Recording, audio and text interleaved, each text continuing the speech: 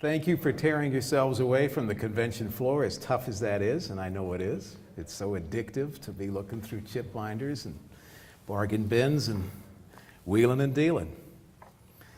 I'm Dick Bartley, a Chip Club member for 15 years now, and I want to thank Jim Cruz for inviting me to come up with one of these, quote, educational, unquote, seminars. This is going to be a little more lighthearted than a real academic dig into some part of chip history, but useful nonetheless, because I want you to start out by thinking back to when you first began collecting chips or tokens or whatever it was that drew you into the hobby. The Playing Around with My Chips Again series of posts on the chipboard really began as a long overdue effort to get my chip collection under control. It is a thing we can all relate to, because I think when you first start out, if you're a chipper, you just make neat little stacks. So you put them in a drawer, you put them on a shelf somewhere, and it was very manageable, and you alphabetized them, and no problem. But that doesn't last for long. If you are truly, well and truly hooked, the stacking will last for so long, and then you have to set aside a couple of drawers in a bureau, or a couple of drawers in a desk. And as the chip stacks grow, you quickly realize order is needed. So I started out by buying, if you go to the next slide, I started out by buying binders. The famous, the old 10, 20 chip page binders. And that did great for a while. One binder became 5, 5 became 10, 10 became 20. And before you know it, next slide, I had to have a whole closet. That used to be one of our linen closets in our apartment, which my wife very kindly gave over to me. Once I had, and of course the other problem is that they stopped making those things. So if you are in that system, you got to scavenge them from other people who've gone to a different system, or you got to find them on eBay, or you got to find them from people here at the chip show who no longer use them or no longer want them, because they don't manufacture them anymore, and I don't think they even make the pages for that size of binder. Once you have a storage system in place, you have to have a database to support it.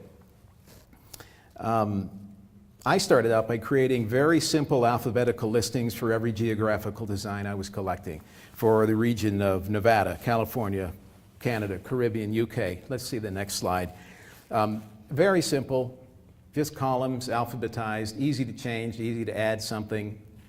And if you don't have thousands and thousands of chips, pretty easy to find what you have and don't have. And that's a good way to start. By the way, this was before the Collector's Assistant program became widely available in the hobby. And by the time that software came along, and apologies to Terry Schaefer, who's done a real good job, I think, bringing that to the hobby and showing how useful that can be. By that time that software program came into the hobby, I was way too far down the line to change. So I've got a database like that for each of the different, the regions I collect.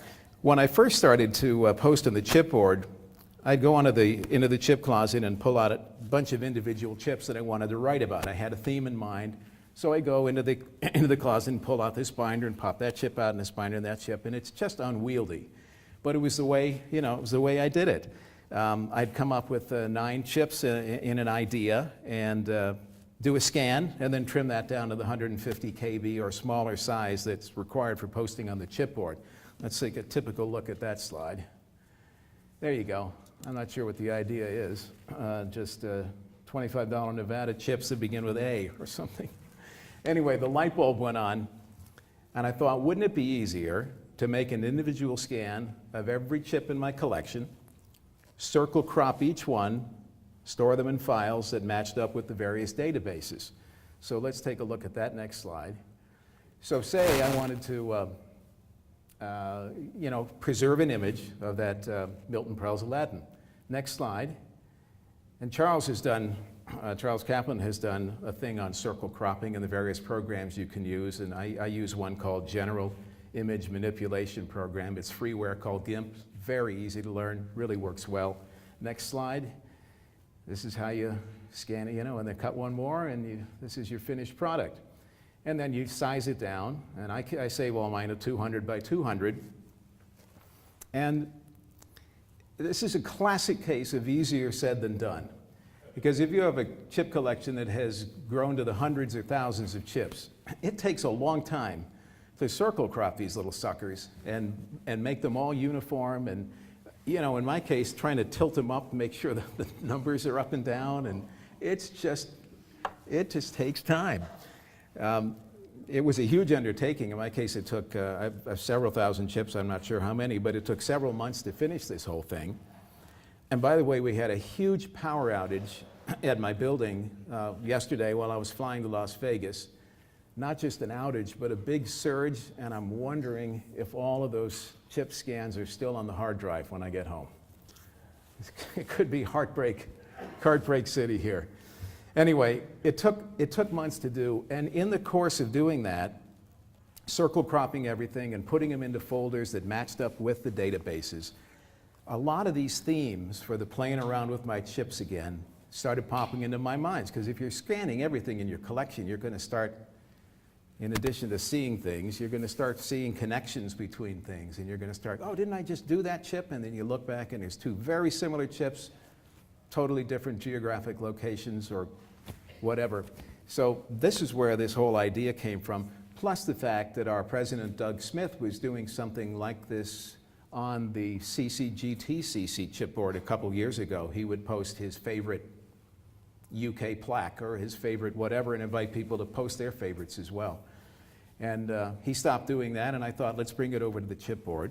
And so the first common elements I ran into were colors. Let's go to that next one. This is what the, when you finish circle cropping and you've got a database, this is what the visual record that matches up with the database looks like in my system, anyway. Next one. So, yellow chips. Obviously, most $1 chips, particularly in the Nevada jurisdiction, are done in white or gray or light blue, and those are traditional. But I noticed in going through the hundreds and thousands that there were lots of yellow ones as well. So that became a theme.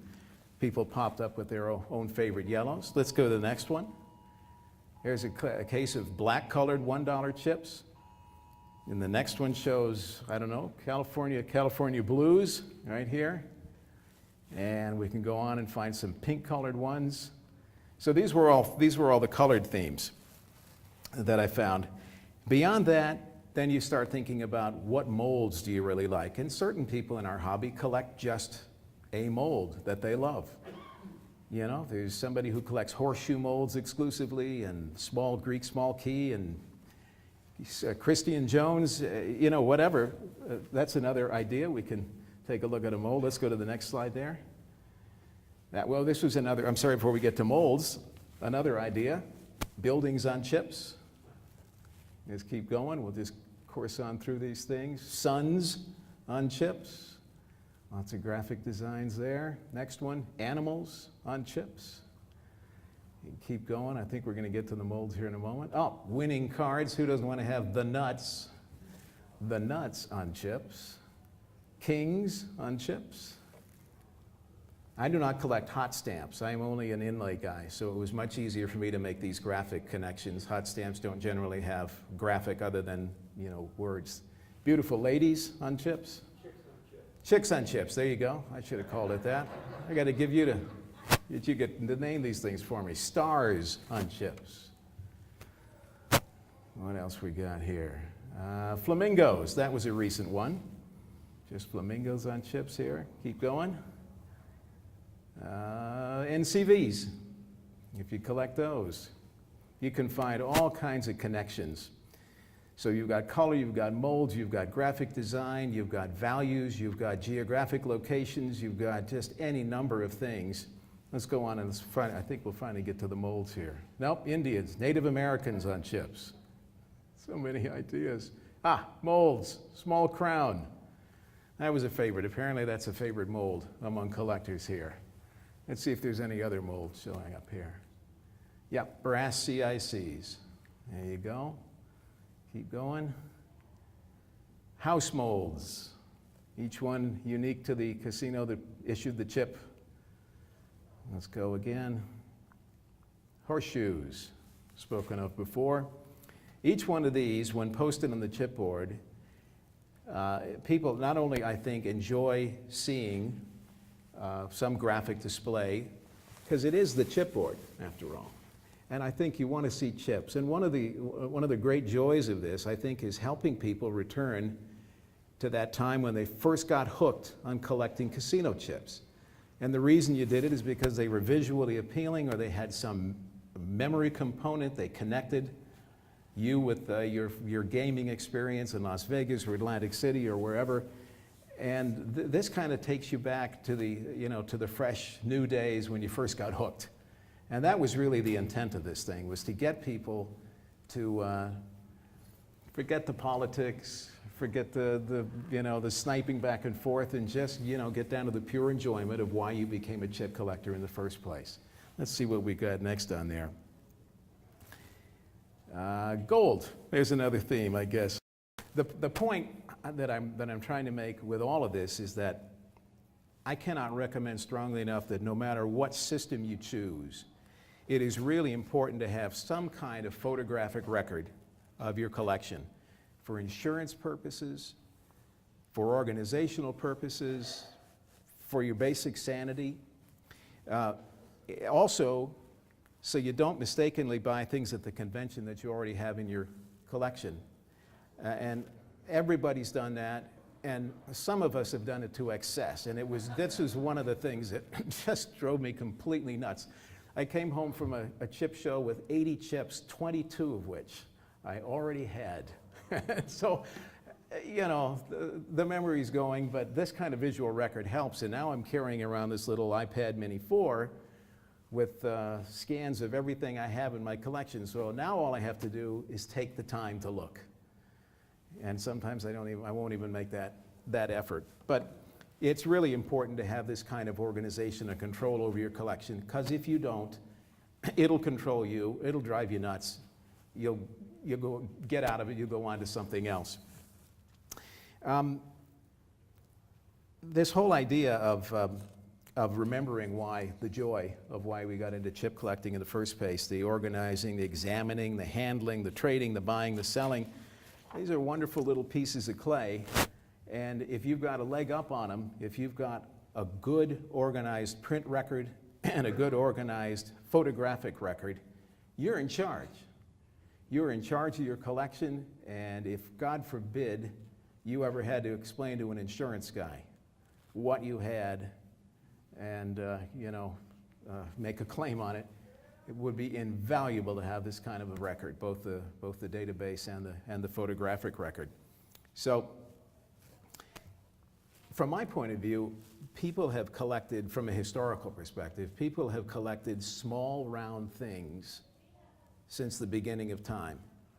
Coins, buttons, beads, tokens, gems, marbles, medallions, and the latest in that distinguished lineage, I think, is casino chips. So when you think about it, we're just the end of a long line of history of people collecting things that they want to obsess about. And I think this whole idea of keeping a good visual record and a good database record of your collection and having it organized helps you get to it, helps you make presentations and posts on the chipboard, and keeps you sane. So that's all I've got. This was a quick, short, sweet one. Any questions or any comments, you're welcome. Yeah. You were talking about your power outage and all that. Yeah. That's something we deal with, and I obsess about all the work that's going to go down the drain, and I can't recommend carbonite highly enough. Carbonite. That's your backup? It's a backup, but it's the stupid man's backup, so it's ideal for me. It's real time, so anytime you change something, Yeah. it backs it up, and it keeps like the last 4 or 5 revisions. And I used to buy the, like 1 terabyte backups. This is a cloud backup system, right? Cloud backup, and I buy the like 1 terabyte, and forget to back up, or then the terabyte drive would die. Oh. And this is, I think it's $75 a year. And That's cheap. it's real time, Yeah. and it copies your entire computer Every time it does it, or it constantly does it? constantly. So Yeah. if you go, it's not just for your chip collection. If you Sure. go in and, change a letter to your mother. I lost something once, and we had carbonite, Yeah. and it was a database, and I was panicked. Yeah. And I went back and retrieved it through carbonite, and I was so thrilled. That's a good thing to look into. Carbonite, and it's $75 a year. And Good idea. it's unlimited. Yeah. I think it's unlimited because I've only got about a terabyte. So, Right. That's not that much compared to a lot of people. I have a small automatic backup hooked up to my computer, and I think at 2 a.m. every morning it updates whatever's new. Yeah, the problem is if your house burns down. Yeah. That burns down. That's true. Or if there's a power surge, or if it, because I've got like 3 terabyte hard drives that have died, Yeah. and all my backups are. So what happens if everything dies at the same time? Or do you forget? So Yeah, that's the perfect storm, and they say there's two kinds of computers, those that have failed and those that are gonna fail. So, it's gonna happen. Yeah. Yeah. And I like it because it's real time, constant, and you don't have to think about, you don't have to remember to do anything. Yeah. And if something dies, and if you need to go get 3 files, you can get 3. If your whole thing burns down. Right. You can actually have them send you a hard drive of your whole computer. It's a great idea. I appreciate, thank you for mentioning that. It's probably something we all ought to do, is if you're not already backing everything up, you should, Yes, sir. I believe the one drawback to carbonite, because I've been using that for several years, is it doesn't back up external hard drives. Unless you tell them. Unless you tell it to. Yeah, right. It'll back up your hard drive Yeah. in your mainframe, but it won't back up the external hard drive. Right. Okay. Good idea. I should have mentioned that. Yes. Once again, could you repeat the name of the freeware that you do the circle? Yeah, it's called GIMP, GIMP, General Image Manipulation Program. I'm still in the Stone Age. I'm still using my Windows 7 Pro. I'm very happy with it. I haven't gone to Windows 10. I don't know if they make a version for Windows 10, but I'll bet they do. They do. They do? They do. I use it. Good to know. Very, very easy. Once you learn that system, boy, you can do circle cropping in your sleep. You just can Scott blast it. asked me to do it, but he hasn't worked with. It's a good one. Free is good, usually. Yes, sir. And GIMP also works for Mac, for the Mac. Yes. I didn't know that. It's good. It has a Mac version, and it also has batch manipulation, so if you have, so I've done this, you've got 200 chips, and they're all different sizes. Right. You're 200 by 300 or 3 by 4. Yeah. You can tell it to go in and change them all to 300 by 300, and it'll do it instantly. What is the standard, Charles, for scans for the chip guide? 250 or 300 or how? We want 300 DPI, 300 by 3. Is that 300 by 300? Yes. so that when we edit it, there's enough material there, Right. so after we're finished, we can then resize it where we want to and easily manipulate it. Charles is going to give when is your talk? Tomorrow at 8 a.m. Tomorrow at 8. The mysteries or the wonders of the chip guide? Right. Something like that. I don't want to give too much away, but a lot of my ideas come from the terrific search query that Charles has built into our chip guide. If you're not taking advantage of that, boy, you can search anything. You can find you can focus in on a group of casinos, on a word, on a mold, on a color, on a geographic, on a denomination, you name it, it can be searched in a variety of ways in the chip guide. And Charles will tell us all about that tomorrow morning at 8. Right. Yeah. Be there or be square. Thanks for the free commercial. Yeah, you're welcome. Information designed to make your back crack, your knees freeze, and your liver quiver. Anybody else? Sounds like a disc jockey to me. There you go. The degenerate disc jockey. Yes, sir. When you do your scanning, how many ships can you scan at one time? I'm not sure what the limit is. I've got an Epson V500 Perfection, which is, I'm really a big fan of those Perfection series Epson scanners. They get the pinks and the oranges and the bright greens. They get all of those colors just right. I scan a page of 20. I use the 20 sheets and I scan them, and then when I've got the image and I approve it and it's in my folder, I then make 19 copies. And I cut each chip individually, and then I've got 20 little squares, and then I circle crop each of those, and then they go off to the folders they need to go off to. So the answer is, you can probably do more than that, but 20 is what fits on my scanning bed. The next great thing, of course, would be to have an automatic scanner, a circle cropper. You present it with an image of 20 chips and it just automatically circle crops them perfectly. Is there such a thing? I'm not 100% sure, but I'm pretty sure Yeah. that Greg Susan set up a little, what do you call it? A little way to hold chips on the scanner Yeah. in a certain spot, and then using Photoshop automatically do the circle crop and everything. So it's just a one button push. Yeah. A template?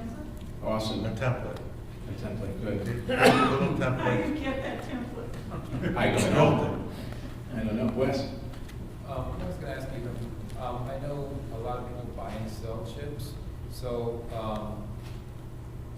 so for you, I bought some chips from you, let's Yeah. say. So how do you figure out where you're going with your direction? And then, when you change direction, what's the thought process behind that? For you, just for you? For me, personally, I started out like an idiot and I collected everything. I was so besotted with the whole casino chip thing that I just started collecting everything and very quickly realized that that's not the way to go about it. The pockets aren't deep enough, and I just really had to start to put the blinders on and focus. So I've narrowed it down to one denomination chips from anywhere and $25 chips from Nevada. It's not really that narrowed down. That's still a pretty broad definition. One of the goals I have to have them in different visual folders like this is if I were to decide at some point to start, drawing it in and just concentrating on, Nevada, UK, Caribbean, whatever, the stuff that I really love, I would have a folder of all of the scans, and say I've decided that I'm not going to collect Louisiana chips anymore. Who wants to buy my Louisiana collection? I just send them the folder, and when we did our deal, I sent you, a scan of absolutely everything, a good scan of everything in that collection, and it was easy you didn't even have to hold it, you knew what you were looking at. And so I think personally, that's where I'm going to go, because I don't want to just one day wake up and not be a chip collector anymore. I don't want to just, screw it, I'm selling all this, I'm going to go collect something else. I don't want to do that. I want to, at some point, I want to start to, narrow it down and just really focus on the things that are, that are in my heart, that are really important to me.